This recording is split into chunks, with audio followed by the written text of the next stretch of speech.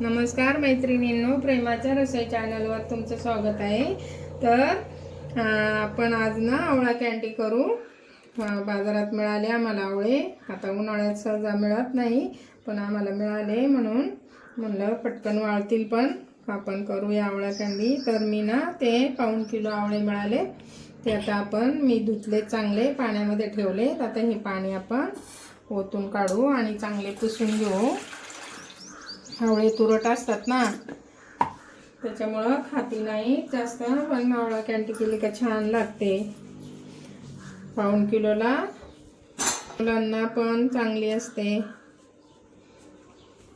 असे पुसून घ्यायचे चांगले आणि आपण वाफायला ठेवायचे, त्याला 10-15 मिनिटं। खराब असलेले काढून टाकायचे, चांगलेच घ्यायचे। तर मग एक खराब आहे, तर आपण असं त्याला काढून घेऊया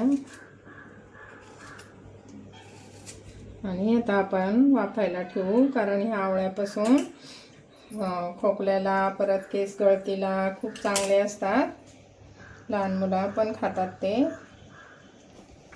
आता आपण वाफायला ठेवू, त्याला पण चांगले असतात। तर आता आपण हे बघा, मी धुवून ठेवले, आता चांगले वाफून घेऊ। मी पाणी उकळायला ठेवले इकडं। आता अशी चाळण ठेवायची त्या पाण्यात, त्याच्यात, आणि 15 मिनिटं 12-13 मिनिटं उकडले तरी चालेल। मधून बघायची उघडून, ते आपण उकडून घेऊ। त्याचा सरबत पण चांगला होतो। आता उन्हाळा आहे ना, मग सरबत पण होतो त्याचा, ते पाक राहिलेल्याचा। तर पाऊण किलोला मी अर्धा किलो साखर घेणार आहे। आता आपण उकडून घेऊ, मग सोलून घेऊ। आपण वाफले का बघू।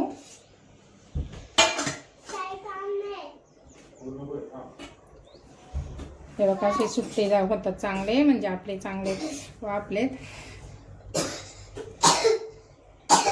तर आपण खाली उतरून ते सगळे असे सुट्टे करून घ्यायचे, थंड होऊन देऊ। थंड झाले का हे बघा असे करायचे, पाण्याचा हात लागून नाही द्यायचा।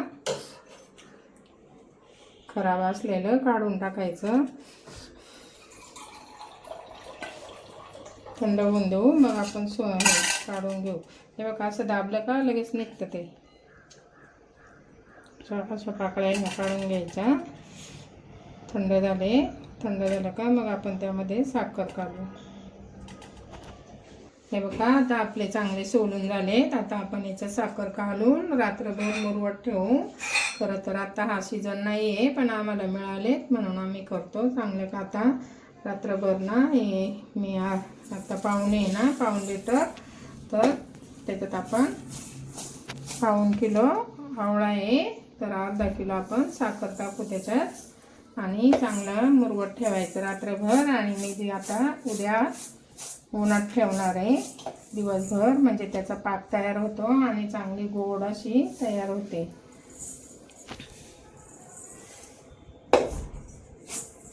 आता याच्यात झाकण ठेवायचं, पाणी लावून नाही द्यायचं आणि रात्रभर अशी मुरवत ठेवायचं। त्याचा पाणी सुटलं आपोआप त्याला। आपण अशी झाकून ठेवू, चांगलं पाणी न लागून तिथं साईडला ठेवून द्यायचं। बघा कसं साखरेचं पाणी सुटले। आता आपण दिवसभर याला उन्हात हे करू, म्हणजे तो पाक होईल चांगला तयार, ते पाणी पण थोडंसं आटल। आता असंच उन्हात झाकण ठेवायचं आणि उन्हात ठेवायचं नेऊन। तर बघा, मी 2 दिवस असं हे मुरवत ठेवलं होतं उन्हात। आता चांगला पाक तयार झालाय। आता आपण त्याला असं निथळून घ्यायचं आणि त्याचं खाली पाणी उरतं ना, त्याचं पण सरबत करून पिऊ शकतो आपण।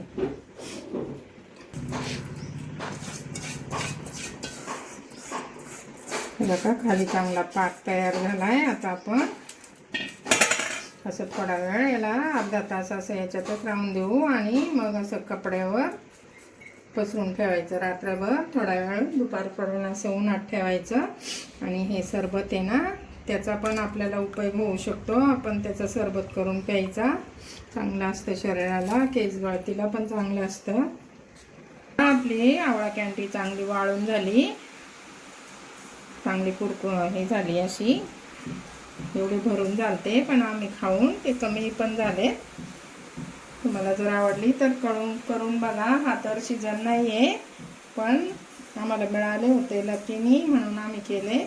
आणि त्यापासून सरबत पण बनवता येतं. हे बघा एवढा तो पाक निघलाय ना त्याचा. असे 2 चमचे असे टाकायचे, 2-3 चमचे, आणि पाणी घ्यायचं. बघा असं पाणी घ्यायचं. छान लागतो तो पण सरबत. आणि त्याच्यात थोडासा सब्जा टाकू.